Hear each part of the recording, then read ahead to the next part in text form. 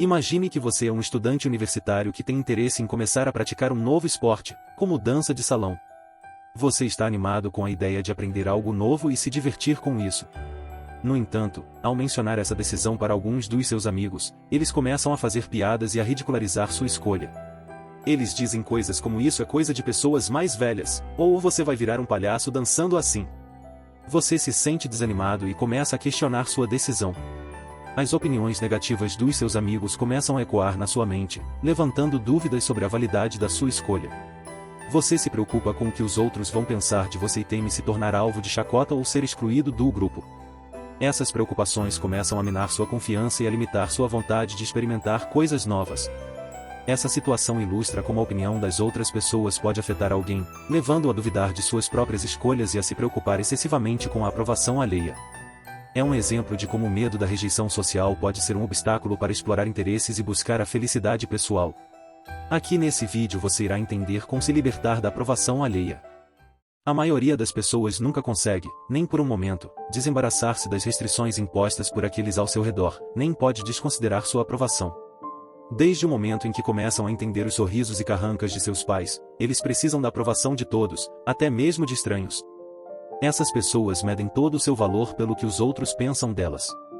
Muitos de nós carregam uma preocupação excessiva com a opinião alheia. Damos grande importância à aprovação social e sentimos um medo irracional diante da desaprovação, críticas e rejeição. Ao invés de trilharmos um caminho na vida que esteja alinhado com nossos talentos, habilidades e desejos, nos conformamos com as vontades e expectativas dos outros.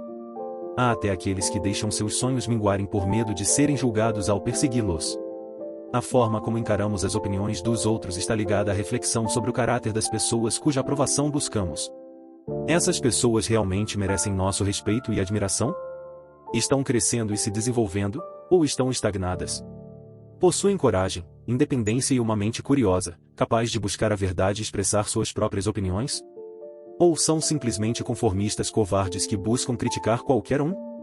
Se um indivíduo não nos impressiona, por que deveríamos nos importar tanto com a sua opinião? O que se passa na consciência dos outros, como tal, uma questão de indiferença para conosco, e com o tempo ficamos realmente indiferentes a isso, quando vemos quão superficiais e fúteis são os pensamentos da maioria das pessoas, quão estreitas são suas ideias, quão mesquinhas são seus sentimentos, quão perversas são suas opiniões e quanto de erro há na maioria delas. Adaptar-nos para não nos importarmos com a aprovação de uma única pessoa é uma tarefa. No entanto, quando estamos diante de um grupo ou de uma multidão, a necessidade de aprovação pode se tornar especialmente intensa. Às vezes, essa necessidade se manifesta como ansiedade social, prejudicando nossa capacidade de prosperar. Ao realizar um discurso ou uma apresentação, ficamos tensos e nervosos, incapazes de alcançar nosso melhor desempenho. Em eventos sociais, tornamo-nos estranhamente conscientes de nós mesmos e incapazes de agir com naturalidade espontânea.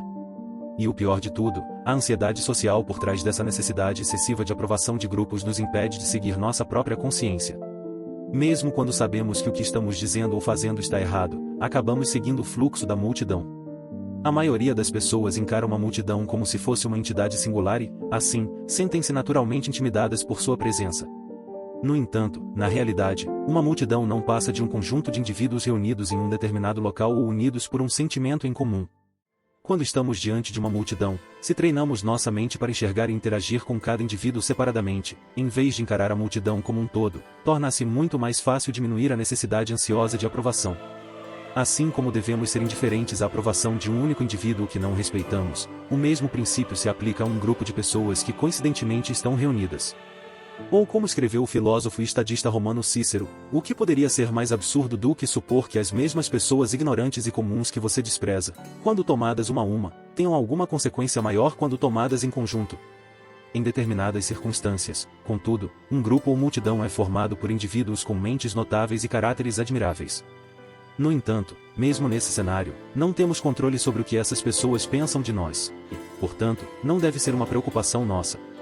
Nossa única atitude possível é agir com integridade e evitar qualquer comportamento que mereça desprezo, para então aceitar graciosa e humildemente quaisquer opiniões que possam ter a nosso respeito. Além de moderar nossa necessidade de buscar aprovação social, superar o medo da desaprovação, do ridículo e da rejeição também contribui para uma vida plena. É importante que sejamos capazes de manter uma tranquilidade indiferente quando confrontados com críticas e desprezo vindos de outras pessoas, seja no ambiente online ou no mundo real. Epiteto aconselhou que, quando nos tornamos alvo do desprezo alheio, a primeira medida a ser tomada é fazer uma pausa e permitir-se respirar antes de reagir, pois reações imediatas ou impulsivas tendem a ser autodestrutivas. Ao nos concedermos um momento para recuperar a compostura, nos tornamos livres para escolher uma resposta que seja adequada à situação. A liberdade humana envolve nossa capacidade de fazer uma pausa entre o estímulo e a resposta e, nessa pausa, escolher a única resposta para a qual desejamos jogar nosso peso. Ou como observou Epiteto, lembre-se que você é insultado não pela pessoa que bate ou abusa de você, mas por sua opinião de que essas coisas são insultuosas. Então, sempre que outro te provoca, tente acima de tudo e não se deixar levar pela impressão, pois se você atrasar as coisas e ganhar tempo para pensar, você achará mais fácil obter o controle de si mesmo. Uma das maneiras mais eficazes de lidar com insultos ou ridicularizações é adotar a postura de ouvir como uma pedra. Isso implica em reagir à pessoa da mesma forma que uma pedra reagiria, ou seja, não reagir de forma alguma. Deixamos que suas palavras caiam em ouvidos surdos, cuidamos dos nossos próprios assuntos e agimos como se a outra pessoa não existisse. Essa resposta é poderosa por duas razões. Primeiro, quando alguém nos insulta ou ridiculariza, o que eles desejam é provocar uma reação. Eles querem sentir que suas palavras têm poder sobre nós. Ao ouvir como uma pedra, negamos a satisfação deles em exercer esse poder e mostramos, sem fazer nada, que suas provocações são insignificantes e incapazes de nos abalar. Em segundo lugar, uma vez que nossos pensamentos e emoções são influenciados por nossas ações, ao reagirmos como uma pedra, nos tornamos internamente como uma pedra, impenetráveis e inabaláveis. É a marca de uma grande mente erguer-se acima dos insultos. O tipo mais humilhante de vingança é tratar seu adversário como não vale a pena se vingar. Os grandes e nobres são aqueles que, como uma besta senhorial, ouvem impassíveis os latidos dos cachorrinhos. Uma abordagem adicional é enfrentar o desprezo com humor. O humor ajuda a dissipar a tensão da situação, demonstrando ao outro que não vamos nos rebaixar ao mesmo nível e responder com vileza ou alimentar sua raiva. Um comentário espirituoso pode até mesmo transformar um inimigo em amigo. No entanto, o aspecto mais importante é que o humor gera poder. É característico das pessoas poderosas se divertirem com aqueles que as tratam mal. Ou como observou Sêneca.